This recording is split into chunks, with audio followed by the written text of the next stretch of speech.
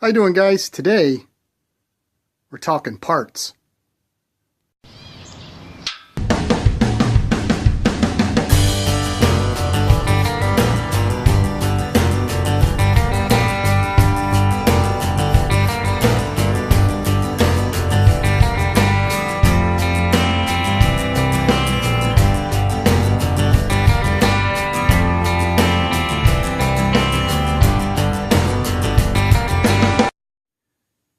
So as you can see, I got about 95% of all the parts that are going into my Magnum 16 laid out here on the table. So I thought I'd just kind of go around the table and give you a look-see. Now I apologize for the lighting. I am down in my basement because it's ridiculously cold upstairs. So let's just dive right into it.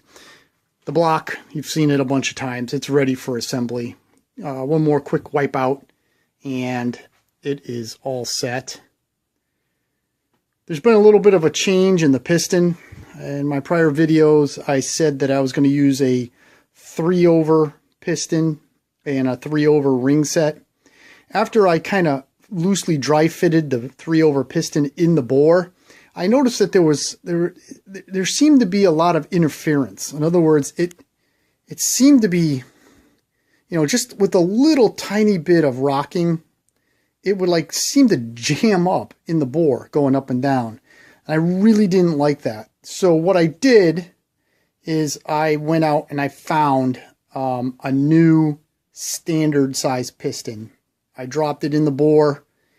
It just fits much nicer. And then I measured it, the standard piston, and then I took the measurements of my bore, and I'm in specification. The actual 3/over piston, even though it doesn't seem like much, it was just enough to put it at the very tight side of the clearance, and I didn't like that. So I opted to get a standard piston, or the whole kit. But the one thing I did do is I did get a set of Kohler 10/over rings, and that's the part number right there, 4510807. Now this is for a non-Molly piston, and that's what that is. That's not a Molly piston. I have a Molly piston in my Magnum 14, but for this particular build, I'm just using the standard Magnum cast piston. So those are the 10/over rings for a standard cast piston for a Magnum 16. So I'll end gap these so they're right perfect in clearance. And then I'll put them on the standard piston, and then that'll get chucked in the bore. I did go and back to Kerber machine and got a new Kerber billet rod. One thing, this is not a issue whatsoever. These rods are actually machined for the old style K-series pistons. And those are the pistons that are like this, whoops, like this all the way around. So it's the full skirt piston. The spacing between the wrist pins is wider on those pistons. So when you buy one of these rods, okay, with the big end, they just barely fit into one of these later model cast pistons. There's actually interference. So this in itself, the way it is, will not work. Now I've talked to Zach a bunch of times about this. He assured me there's absolutely no issue with just basically machining this little extra off of each side of the rod. It doesn't affect the strength in any way. And actually, when you do that, you're going to basically machine this rod to a stock Kohler width at the top. And then that'll give us, plenty of clearance between the journals, or between the wrist pin areas of the piston. The Magnum 14 that I built, I did that too. I actually offset it. So like one side is thinner than the other side to make it fit like stupid perfect. I'm not necessarily going to do that with this motor. I'm just going to take this over to my buddy's house and machine the sides of each side of this rod just to narrow it up. So that way, when I put it in the motor, I'll have the proper clearance between the new piston wrist pin areas and the little end of the rod. But other than that, automotive bearing, standard size, the ice pick dipper is in the bag upstairs. I just forgot to bring it down. Super, super high quality part. Really nice. And it's not that expensive. I mean, I guess you call 150 bucks expensive. I mean, I don't know. I mean, one of the heavy duty rods, a Kohler heavy duty cast rod, is $100. So for me, it was just like, why get one of those rods? I might as well just buy one of these and go to the automotive style bearings. Aftermarket stator, aftermarket starter, run of the mill, nothing special. Two brand new Stellite style valves. The Stellites are the heavier duty valves for the Kohler motors. And as you can see, there's the lap mark right in the center of the, there it is, right in the center of the valve face. Both valves are perfect. So those are just brand new, redone. And these happen to be Stens. If you put in the part numbers, this is what they are. Oops, let me get out of the way. Hopefully this will, there you go. There are the part numbers. The exhaust valve is 505537. You can see exhaust valve Stellite. 505012 is for the intake. Again, Stellite, so it's the harder material than the standard duty valves, I guess you would say. Now the camshaft. The camshaft's interesting. This is actually a K361 camshaft. And the K361 was actually an overhead valve version of this motor. Essentially, Kohler made a special head, had overhead valves. This whole area back here was not casted. It was basically flat. It had some push rod tubes. And that's how that motor, and that was 18 horsepower. Now, the reason why I'm going to use this cam, and other people use these cams, is basically the lobe is the stock height valve lift, but this top is a little bit shallower. It's not as much of a point, so it holds the valves open a little bit longer. It lowers the torque range from, being way up in the 3,000, 3,200 range. It lowers it down to the 25 to 2,800. I mean, if I'm off on the numbers a little bit, you can give me the business down in the comments. But essentially, it lowers the torque range, so that way the engine will make more power at a lower RPM range, which is exactly what I want this engine to do, because it's not a puller engine. This is just a hooligan motor. Now, I'm going to take this camshaft upstairs, and we will take a look at the difference between the cam lobes visually. I know what you're thinking. What a high-tech backdrop you have there.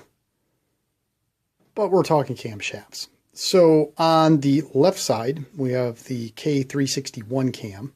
And on the right side, we have the Magnum 16 cam. And the difference between a Magnum 16 and a K341, is the points lobe on a Magnum cam hasn't been machined. So, because the Magnums didn't use the point system, they used the magneto coil system. And when you're looking at a 361 cam, because unlike the other K-series cams, the 10, 12, 14, 16, Kohler actually casted 361 in it. And the reason for that is because the lobe is a little bit different than a standard K or Magnum. So if you take a look at this lobe, okay, right there, see how this is nice and rounded? If we look at the Magnum cam, it comes to a pretty good point. Now, all the dimensions of the camshaft are exactly the same. Same from this end to that end. The gear is the same. The timing marks are the same. The compression release weights are the same. The lift is the same. In other words, the valve doesn't come up anymore. It all comes down to the duration. And you can see that the 361 with the flatter top holds the valve open a little bit longer than the Magnum cam, or even the K-series cam. It comes to a point, so it's a little bit faster opening, stays open shorter, and then closes faster. This one kind of ramps up a little slower, or I should say the other way around. It ramps up a little. Yeah, got that backwards. This opens up slower, stays open shorter, opens up faster, stays open longer. And the same for the exhaust valve. You can see that that is there. And if we turn this just a hair, this thing's all oily and stupid. Let's see if I can get it in such an angle. There you go. There. You can see that that comes to a pretty good point compared to, if I put my finger behind it, to a little bit longer duration. And thus the reason these cams are used. Now these camshafts are typically fairly expensive. I was able to score this one on the cheap. A friend of mine, I guess he paid like $150 for one. I got this one for $80, and the reason why I got it for $80 is because it has a little bit of a mess up, if you want, right there.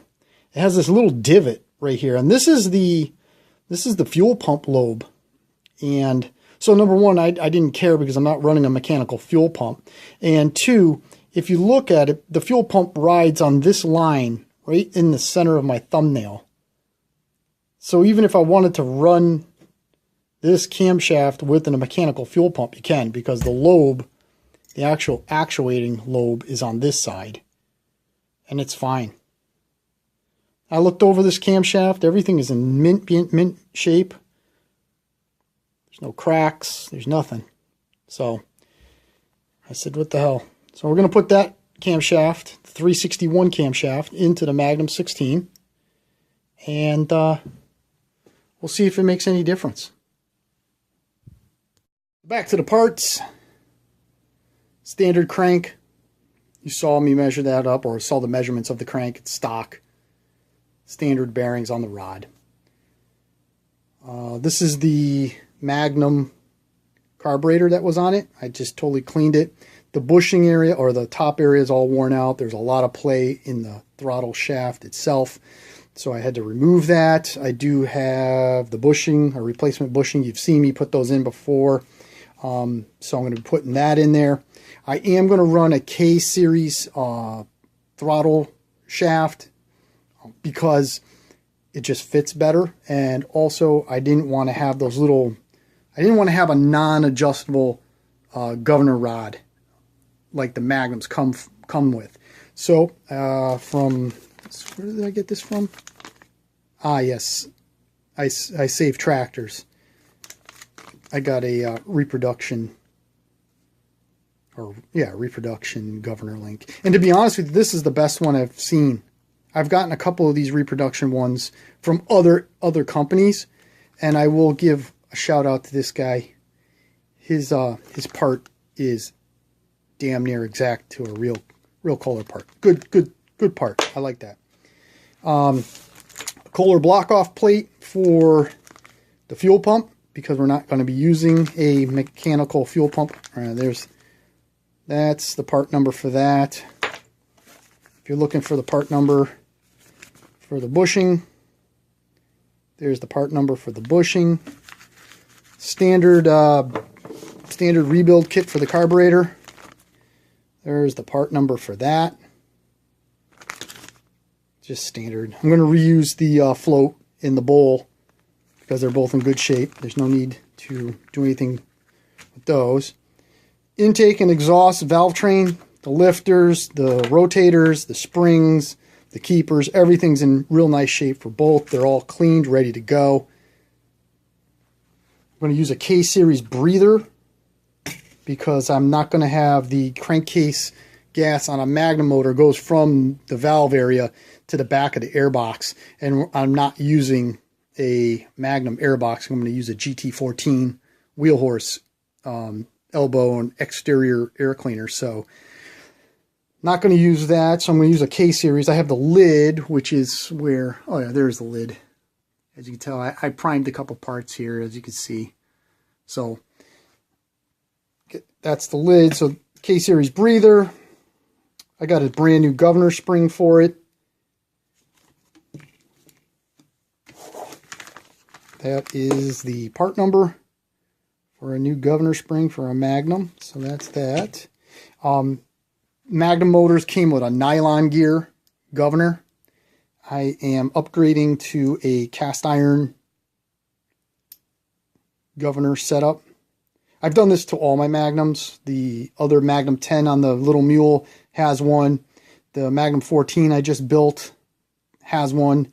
And this motor is going to upgrade to that. Those are just the governor, standard governor parts. We have the 10 bolt head for the 16. It's been sandblasted and cleaned, so that's all set. Underneath we have the bearing plates all clean. The bearing's been installed. And then we have a brand new grass screen. Woo! There it is. A lot of parts. And a fair amount of money. More money than I wanted to spend, but as you guys probably can tell, I don't really sell my things. I tend to build them for myself and then keep them. Alright guys, if you're interested in this build, thank you very much. I appreciate all your support. If you like small engines, and if you would like to see if this one ever does run, please subscribe. And ring the bell too. I guess there's a little bell. You can touch that and you get notified when I put up one of these mildly amusing videos. Thank you so much. Thumbs up as always. You guys have a great day.